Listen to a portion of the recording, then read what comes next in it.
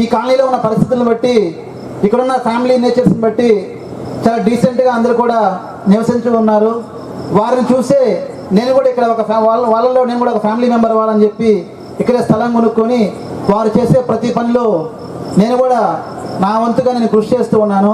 దయచేసి next time నుంచి మీరందరూ కూడా నన్ను ఏ మీటింగ్లో ఏ స్టేజ్ మీద కూడా పొగడొద్దని చెప్పి మీ అందరికీ సిన్సియర్గా రిక్వెస్ట్ చేసుకుంటున్నాను. నా రెస్పాన్సిబిలిటీ యాజ్ ఎ సిటిజన్గా నేను చేయాల్సిన బాధ్యతని నేను చేస్తూ ఉన్నానని చెప్పి మీ అందరికీ ఈ సభాముఖంగా తెలియజేస్తూ ఉన్నాను. సో నేను ఒక మంచి ఆంబిషన్తో ప్రజలకు సర్వీస్ చేయాలనే ఆలోచనతో వచ్చినటువంటి పర్సన్ కాబట్టి నేను అనుకున్న గోల్ని 24లో రీచ్ అవ్వలేకపోయాను.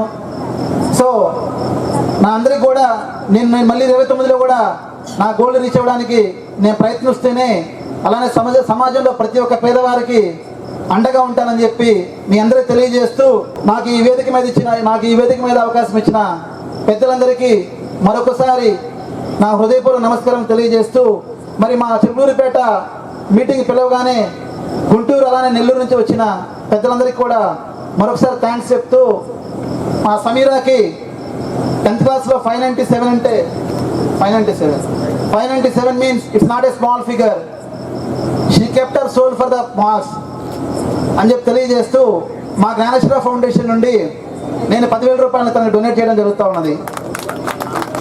అలానే తన ఇంటర్మీడియట్లో కూడా బాగా చదువుకుంటే మంచి మార్క్స్తో ఇలానే మళ్ళీ మంచి మార్క్స్తో వచ్చేసి ఇంటర్మీడియట్లో టౌన్ ఫస్ట్ కానీ మంచి స్కోర్తో ముందుకు వచ్చినట్లయితే నేను ఎప్పుడు కూడా మళ్ళీ ఇంజనీరింగ్ కానీ అలానే మెడిసిన్ కానీ అలానే డిగ్రీ తను ఏం చదువుతానంటే తనకి నా ఫౌండేషన్ నుండి నేను సహాయం చేస్తానని చెప్పి మాటిస్తూ ఉన్నాను.